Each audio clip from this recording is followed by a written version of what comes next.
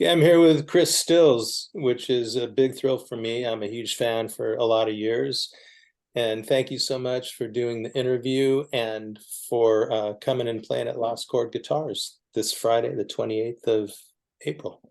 Well, thank you, Chris. Thank you, Chris Polonis. I want to say that I've heard of Lost Chord for a long time now. And when we met at the Libero the other night, I was excited to meet you, one, and two, when you said you should come play, I got all excited.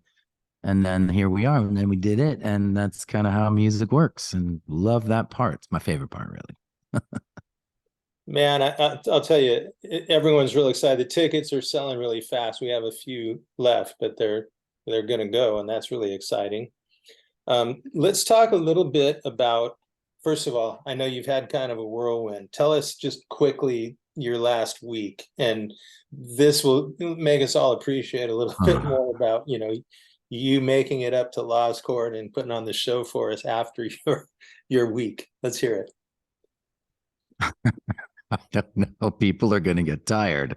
Literally, they're going to fall asleep. I think if I actually went into the more detail, I just like you're going to want to nap after this. But yeah, let's see. On the 19th of April was my birthday. I was in Paris, France at that time with my fiance and our little guy, my stepson John, and we drove 2 hours south of Paris to go meet my mom, who's my mother is a French singer songwriter named Véronique Sanson, and she's on tour in France. So I don't get to see that much, and she doesn't get to see John and Stacy, and so and it was my birthday, so drive down 2 hours, do the show. I sit in, I play.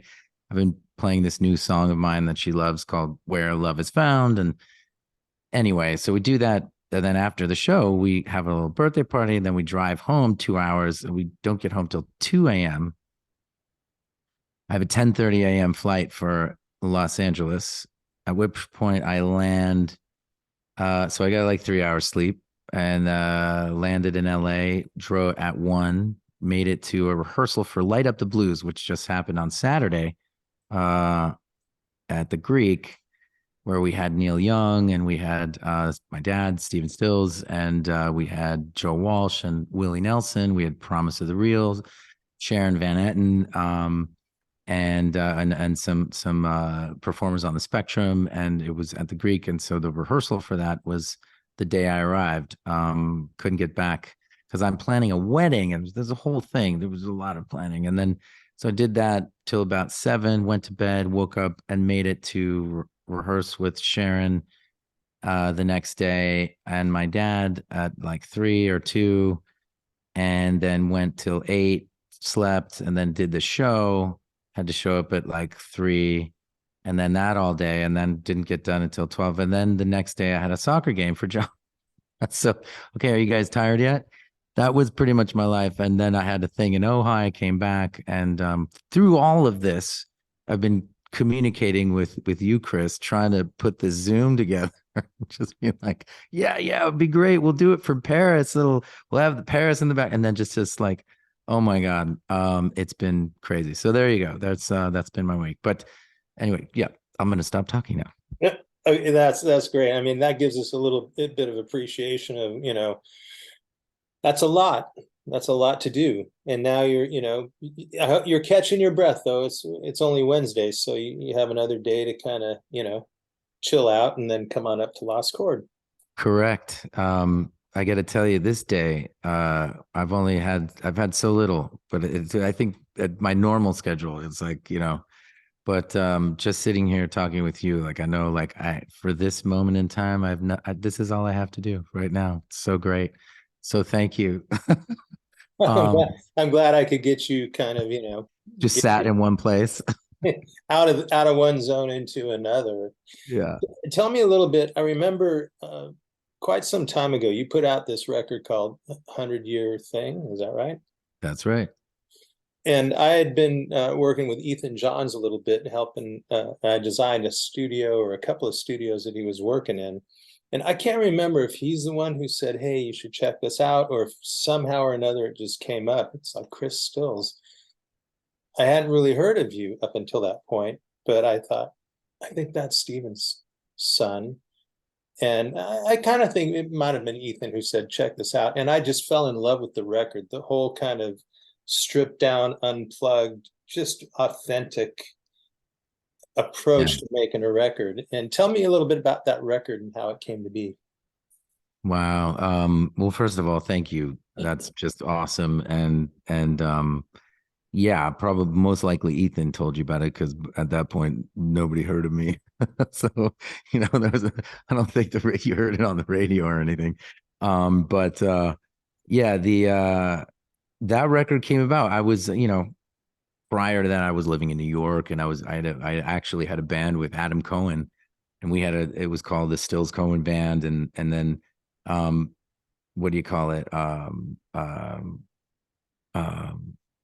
I had and then I met an A&R person, Ron DeCall, who got me back out to LA, and my Ethan Johns was making a record with his dad, Glenn Johns, who, for those of you who don't know, he produced Let It Bleed, Led Zeppelin 1, and he, Rock and Roll Hall of Fame record producer, and then that's where Ethan and I met, and so I ended up doing some guitar on, I think it was After the Storm, and that's how we met. And then eventually, Andy Slater I met, and he came out and saw us in New York, and kind of yanked me out of New York, got me out west, and then I recorded. We went into this great little studio called Fourth Street Recordings in Santa Monica, and Ethan, we'd met up at my dad's, and we just kind of came to, and I started playing in my songs. And I remember him calling in. He's like, "Hey, Dad, come here." And I'm sitting there going like, "Whoa, whoa, whoa, whoa, no, no, no, absolutely not. What do you mean, Dad, come here?" No. And he's just like, and it's too late. And in comes, Glenn is this tall, and it's freaking Glenn Johns. And I'm like, oh, it's like, listen to this. And I'm like, all right, well, here we go. And then that's good. And I got this nod. And then basically from then on out, like Ethan's side gig was like when he wasn't making my dad the Crosby, Stills and Nash record, was doing songs with me. And he would come meet me up at the house at my dad. He had this barn, and we started doing demos. And then we finally ended up in at Fourth Street, and basically in like, I think it was like 3 days or 2 days. I think it was 2 days. We recorded like 15 songs or some crazy amount of songs, and it was just late nights. And but Ethan had this very live approach, like you said, and he had this very natural thing, and that mixing technique and the miking technique of his dad that he'd learned. And I mean, I learned so much. First of all, he took all my songs and chopped them up and pulled out all the jammy shit, and I was like, oh, that's what it's like to sound like a real artist. And that just sounds so much better. And so we did that, and then we, Rhonda Call basically came in and took me to Atlantic, and that's how I got my first deal. We went into Ocean Way Studios at the time, which is now East West, and we made that record. It was beautiful. It's the most fun I've had probably making a record, just because it was my first one, and it was just so new. And Ethan was just such a pleasure to work with. He's so good. He's an amazing multi-instrumentalist, and he just has this ear. He inherited his dad's ears, and just his sensibility, his respect for the artist, his respect for music in general. Everything that he brought to that record, sound wise, mix wise, was just so tastefully done. And you just feel comfortable. It's like, we artists who go and create, and it's very nerve-wracking, and you're like, I'm naked in front of the world, and you have this fear inside you, and you really gotta surmount it. And Ethan, he's the guy to, here's a big warm blanket, kid, and don't worry, I got you. And every time he'd play back, you'd just feel like, yeah, you do. So it's kind of how that Yeah, went. man, I'll tell you, I got to meet his dad at one point also, and he's been a big influence on me. Just that whole, like, not close miking everything, Mm. like on drums or whatever, you don't really need to put 12 mics on a drum kit. You can put one or two mics on it and it'll actually sound deeper and bigger. And if the guy knows how to play with dynamics, then there you go. And Ethan, he just, I think growing up with his dad, he was exposed to that stuff where a lot of guys, I guess Ethan's a bit younger than me. I'm 64. I think is about your age, maybe. Uh-huh. Yeah, yeah. He's slightly older than me, but not by much. Right. So a Which lot of makes him very young. that's right. But a lot of people, I think, grew up with, multi-track and put a mic on everything and mix the dynamics of the drums for the drummer and, you know, play the guy's guitar for him almost. And I love when I see these other producers come out and they're doing like what you described, where it's like, let's just capture it open and honest and raw. And Mm. it sounds like you kind of took that approach over at Ocean Way as well, from what the record sounds like to me.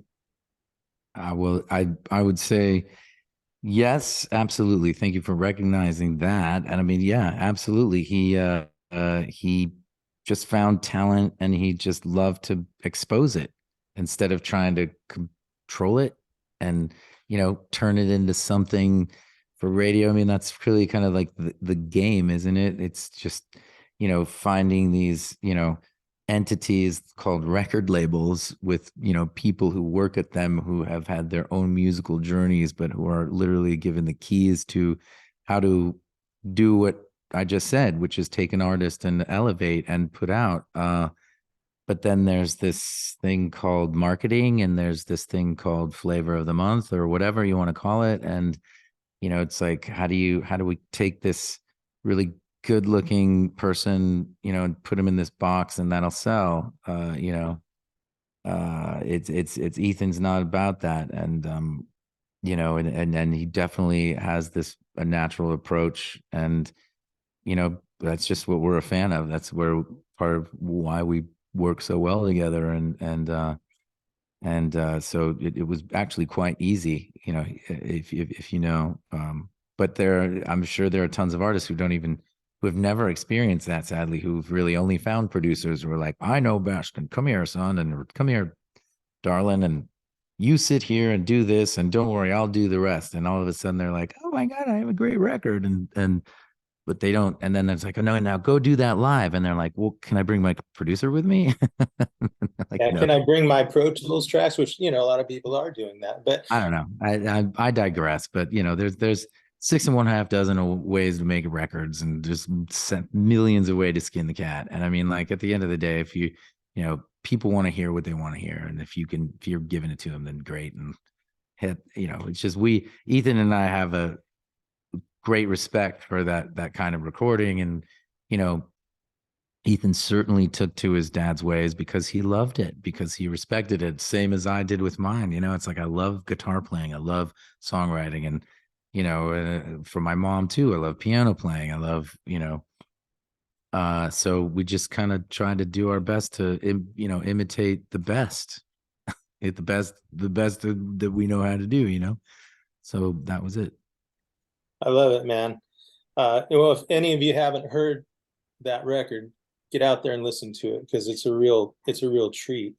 And I think you're right. There's a lot of veteran artists who, they were around producers that didn't take that approach, that kind of open, organic approach. And it's surprising to me that even though some of them kind of grew up in that era, they still got sucked into that super, clinical production.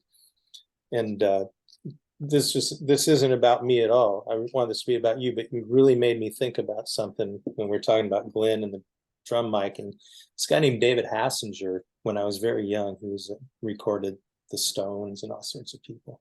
I was like 7 years old, and he knew I was into recording and stuff. He says, do you want to know how I got the drum sound on Satisfaction? And I was like, yeah, I love that sound. And so I had no idea what he was talking about, but I knew it was important. I'm like, he says, I took one mono mic. I'm 7, but I remember this.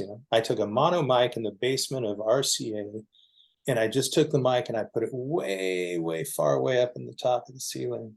And that's it. There was no other mics on those drums, just that one mono mic way up in the ceiling in this basement at RCA. Pretty sure he said RCA. And then you listen to that drum track and it's like, it's huge, but it's just one mic and it's way over there. But so that approach is, it's all but dead, but it's not completely dead. So great record, everybody. Go listen to it. And then since then you've made some, talk about your discography a little bit, about other records you've made since then, and then we'll get on to some other. Yeah, we since then I've made well, 100 Year Thing, toured that a bunch, and then I left Atlantic and spent a nice handful of years trying to get signed again. And it wasn't until I think maybe even 5 years later that I got signed to U2 in France. Sorry, V2 in France, and did a record. It was oh God, yeah, Anna Artaud and in V2 France, who thought I was signed with Omnitor Against Still in Atlantic. He's like, "What? You're free?" And like, put us on a plane the next day. We had a meeting, and boom, we're off to the races. And then did that, and that was just was sort of a, it was just named Chris Stills. And for that record, and it was like 2004, 2005. I was, I think those 5 years kind of left me with this weird impression that I needed to change myself and sort of morph into, I needed to evolve, but and so I made a really painful decision, actually, and a very tough decision to not do the second record with Ethan. And I was like, I gotta try something new. And I like look back and I kind of sort of like, you dummy, like you should have just done it with him. And but anyway, but I did find I worked with this guy Hod David, who he actually works with Maxwell. And I was looking to make a little bit more funky, like more modern-y record, right? And I don't know, at that point I think Jagged Little Pill was, it was just, these sounds were coming out, and I felt like I wanted something like that, anyway. So I had a bunch of songs, and Hod was working with my management at the time, called Benchmark Management, and they were like, "Hey," and I met Hod David, and we got along amazingly. He lived in New York, and I was kind of excited to make a record in New York. And he actually lived in an apartment in New York, and where it was basically like Nile Rodgers' old studio. And I was just like, okay, this is different, and then we're gonna, change gears and try something new. And got to work with a bunch of great people, and made that record. And that was about 2005, 2006. Went a lot in France, and sort of headed, into, so I'm half French, right? And so my mom is this big artist in France. So, in America, everybody kind of knows me as the son of Stephen, and, Crosby, Stills and Nash, Buffalo Springfield, and all that stuff. But in France, I am the son, not of that. I mean, I am, but I'm really the son of Véronique Sanson. And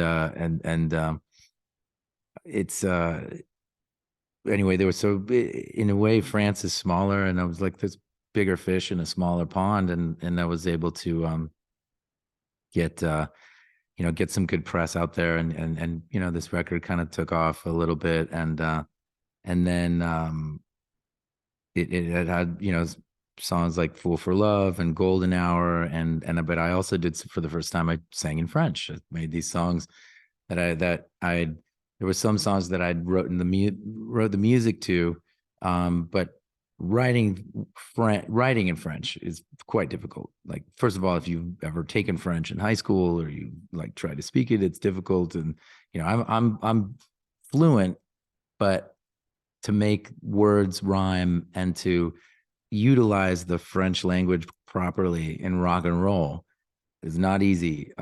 You have things like and and and how do you make that rock, and it's not a natural thing for an American kid, it's like, so I kind of just took a a back seat to the writing part, but I did write the music, and I got to work with some great artists like Stéphane Echer, and Jean-Louis Murat, who's an awesome. He's like kind of like a Neil Young of France. So I definitely tried to reach out to these guys that you know that had this stuff, and I made this.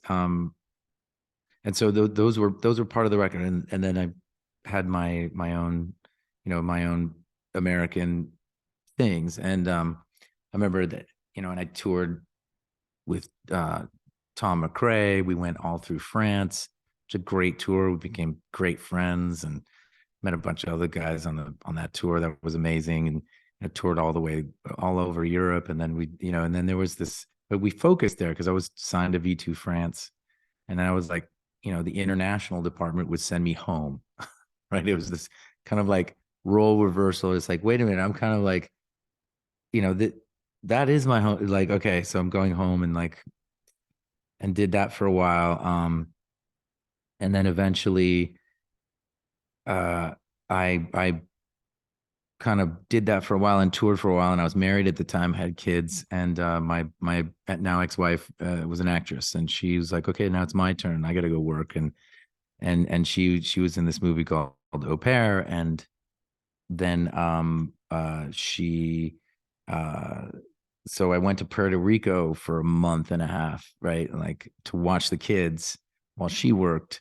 And in that time, my friends like called me and they're like, we're trying out for this musical called Cleopatra. And it's this big ass musical in France. And like, I'm trying it. And this girl, Sophia Saidi, who is played Cleopatra, who I'd met on this train tour. That's another interview.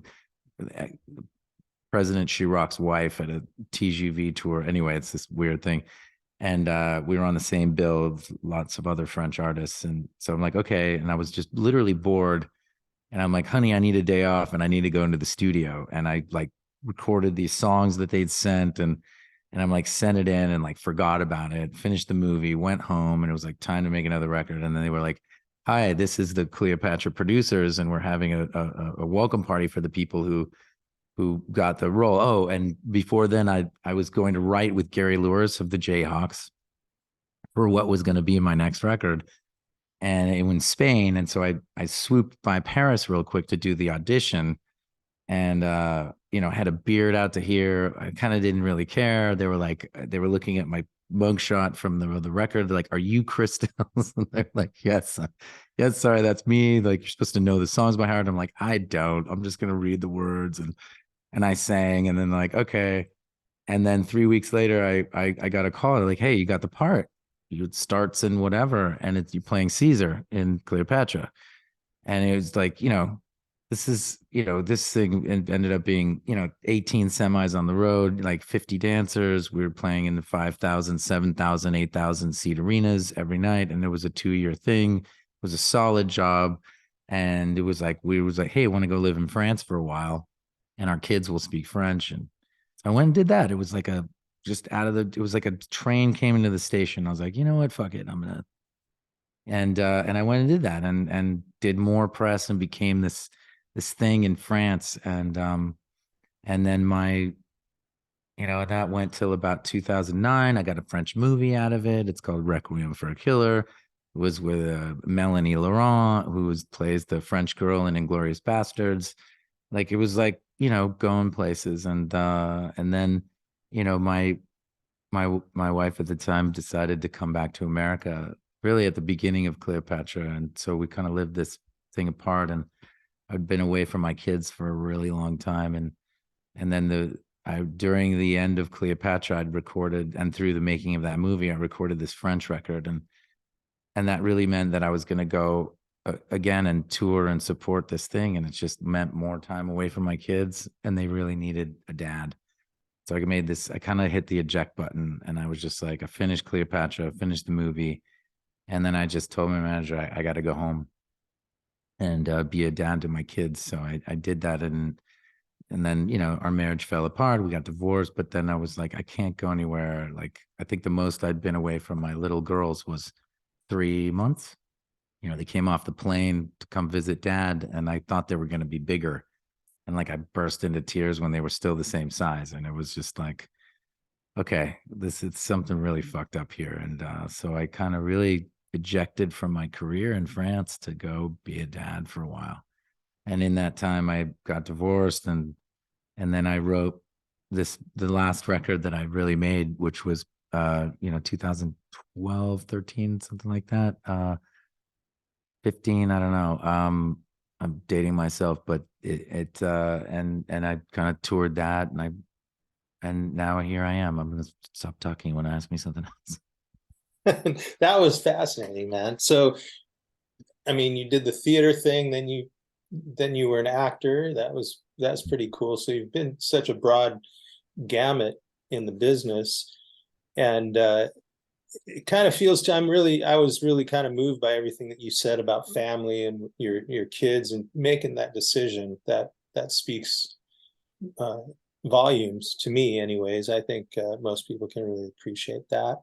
And it feels to me like just getting to know you a little bit, in the last little while, which I really enjoyed, by the way. And Thanks. Me too, man. Me too. and I think feels like you're sitting into a groove right now, and um, I really am. Lost Chord Guitars is not that big a place. Like 100 is our max, and I think we're probably going to get pretty close to that. But it's real intimate. It's like a living room, and then it's I just know that the show and the experience that you're going to have and that the people are going to have, it's going to be so close and so different than like what you were just doing at the Greek. That was amazing. I watched some of those videos that you guys killed it. I loved your 100 Year Thing version. It was amazing.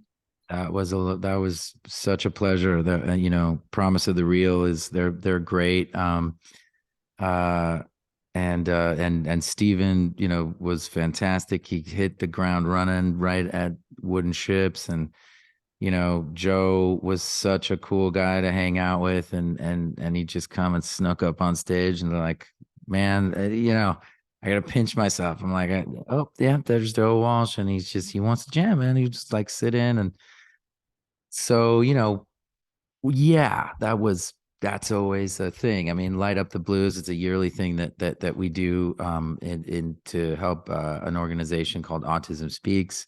We started in 2012 or 13 or something, and we started the Club Nokia downtown in LA, and then we went to the Ace, and then we went to the Pantages, and then we went to the Dolby, which is where they shoot the Oscars every year, and then we were set to do the Greek, and then COVID hit. So this was our first one back.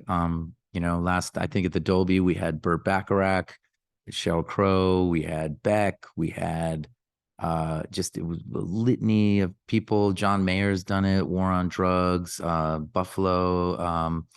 I mean, we've been very lucky, and it was good. It was great to be back doing our thing, It was a big show, big audience.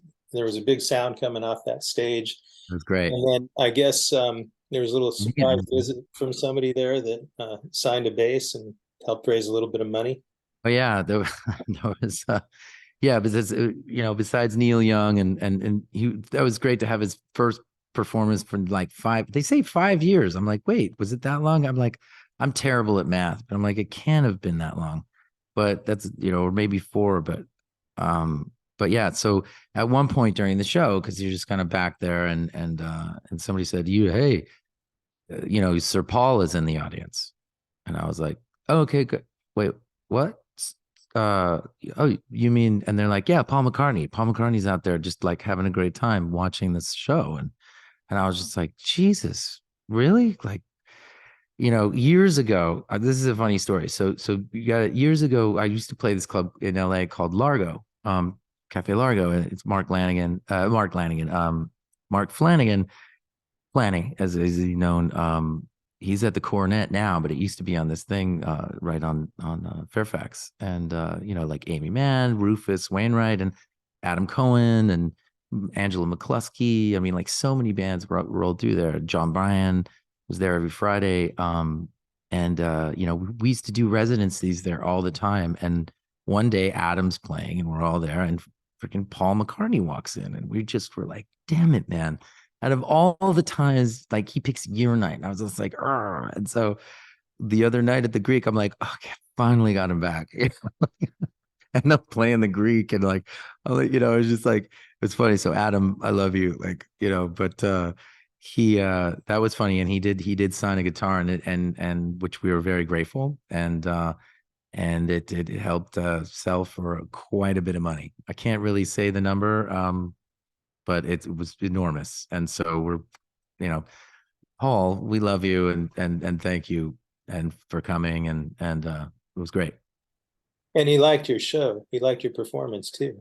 Well, yeah, I went out to dinner the next night or a couple nights after. Again, time to me at this point after the week I described at the beginning of the show was relative, but we were having dinner, and in walks Paul, and I wasn't expecting. I had my back, and I turn around, and he looks me in the eye, and he's like, hi, and I'm like, wait, you were at the show the other night. I don't say this, and then he was there with his grandson, and his grandson popped up behind me, and he said, you were great. And you know it's not every day that a Beatle such as that one comes up to you and starts talking to you. My wife was saying, like, hey, you guys talked for like 5 minutes, and to me it seemed like 30 seconds. I was like, we had this great thing, but apparently he said something like, oh yeah, you were fabulous, like that, and how did you feel? Great. And I remember rapping with him about Stephen and Neil and how great they are together, and just saying how they're old buds, and something about like oodling over Willie Nelson and him and his guitar playing, and just how much of a badass he is. And before you know it, he was gone, shaking my hand, and I just said, oh, thanks for signing the guitar. It sold for a boatload, and anytime you want to come back, and we do it every year, and please, and thank you for coming. And I was just trying to be gracious, and then it's like we high-fived at something. I think it was about the guitar, and I just like, oh my god, I'm high-fiving, and he is just so charming, and just like it was all very so easy, and it wasn't until he left, and I was just like, okay, did that just happen? Like, is that real? And like my my friend is at the table, and she's just like, and it's just that's the way it is. And I don't know, I was with Joe Walsh and Neil Young, and like, the other day, but it's not every day you get the Beatle, and it's Paul, and Not, whoa. not So every day that Paul McCartney says you were great. yeah, that part, like, yeah, that was like Just some that alone is insane. incredible. Yeah, it was a bit of some. Yeah, they were pretty cool bragging rights. I mean, I've gotten some compliments from some of the good ones over the years, but I'll never will I ever forget that one. Tell you that much. So it was nice. I'm sure not. So your congratulations. I don't know if I already said that or not, but congratulations on your upcoming wedding, which is going to be back in France soon. Yes. When is that date? It's in June, the June 24th. So that's coming up pretty quick. Are you performing anywhere else after Lost Chord, or are you going to settle down and focus on the wedding? Well, I'm actually gonna go out with no, after the 24th, I'm all about Ryan Adams and the Cardinals. Because I am now a Cardinal. And Ryan just got back from a tour in like a sold out tour in Europe. And I was when I was playing with David Crosby. I got called in to be in what was going to be his next band, and during that time, somewhere, right around then, I got a call from Ryan. He says, I would love for you to be guitar player in the Cardinals. I just feel, he had just felt like it was like, it's got to be you. And I don't know why I got this feeling about it. And I'm like, and just we reminisced on the past, and he was very sweet, and we did Gold together, and we played a bunch together, and we'd been on tour together, and he's Ryan's he's a mofo, he's just, he fucking made me want to quit writing, to be honest. Like I truly had like a hard time. So he called me to do that. So I said, yeah. And it's going to be 3 months. It starts in late May or early June. So I know that I have a lot of woodshedding to do, and a lot of because he likes to pick from. He's got an insane catalog, and but it's going to be me and Don Was and Dan Clark on keys and Brad Pendleton on drums and me on guitar and vocals, and it's gonna, we think we start late May rehearsals. So I got some. What a And band. What yeah, a yeah, it's band, killer. I man. can't wait. So Well, it's good that's that you're giving yourself a little break to focus on your personal life. well, and Ryan was sweet because and his manager Richard, they were adorable. I mean, and they moved two things. So one, I was like, he was like, first of all, are you free at this time? And I said, man, I have an immovable feast, buddy. I'm getting married in June, and I cannot move that date, my friend. I'm sorry. And so he moved the tour. They rescheduled and they gave me way more than I thought they would. They gave me a nice chunk. And so I actually have a honeymoon after. So Oh man, that's so cool. That is and so then cool. that is rad. So, but Ryan, he's a good guy, and honestly, what we do together is really special.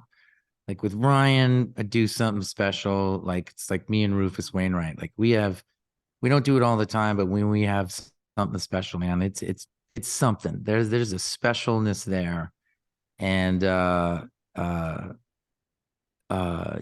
Ryan too. It's like there's a thing, right? So he moved that, and then I had to call him back again and be like, oh, by the way, sorry, I don't mean my daughter's graduating. So my daughter's graduating from high school, and they moved some dates for that too. So anything else that comes up, I'm like, yeah, whatever. I'm just like, I can't, like, spent my can you move shit currency.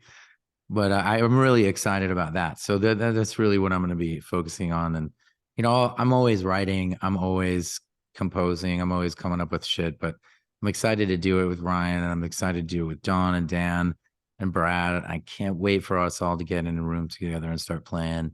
And, that's sort of on the docket. And I just know that the Cardinal songs that exist are going to sound amazing, and hopefully we can come up with some new ones together, and I just can't wait to be part of a band. I'm very happy to be part of that, go into Ryan's sort of world and be a part of that Cardinal experience.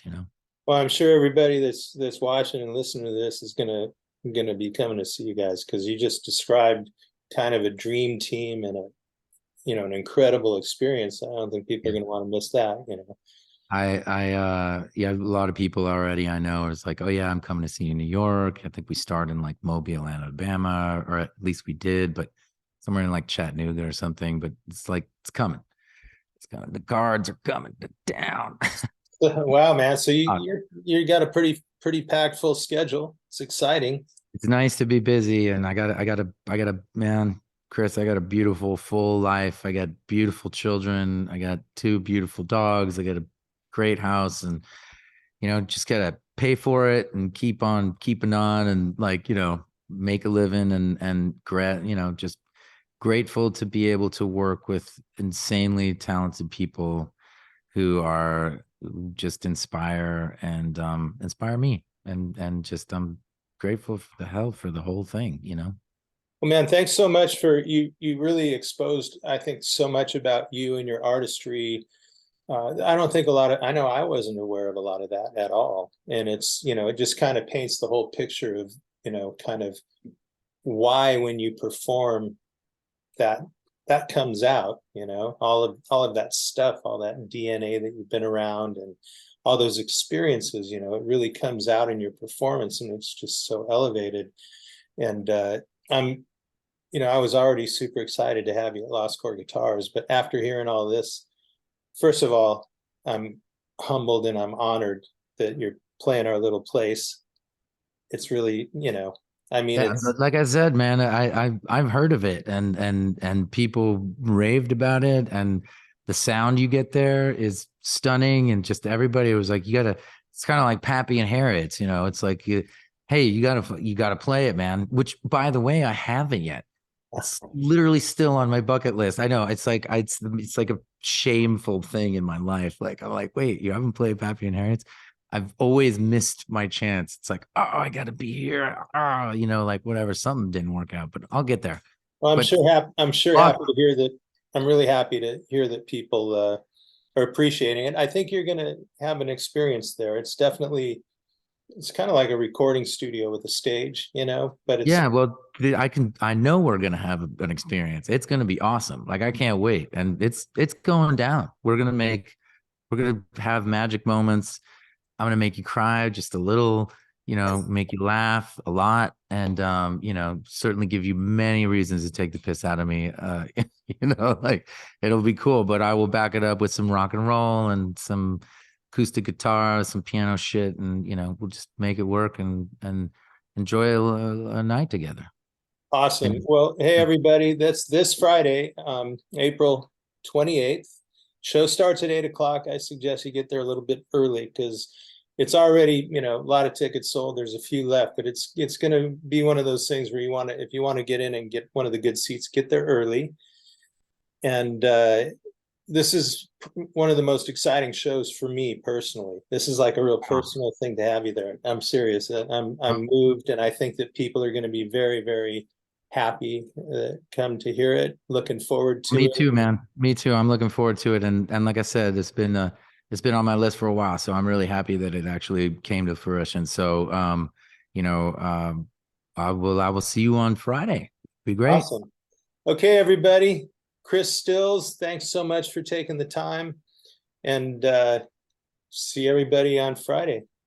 Yeah, see you Friday.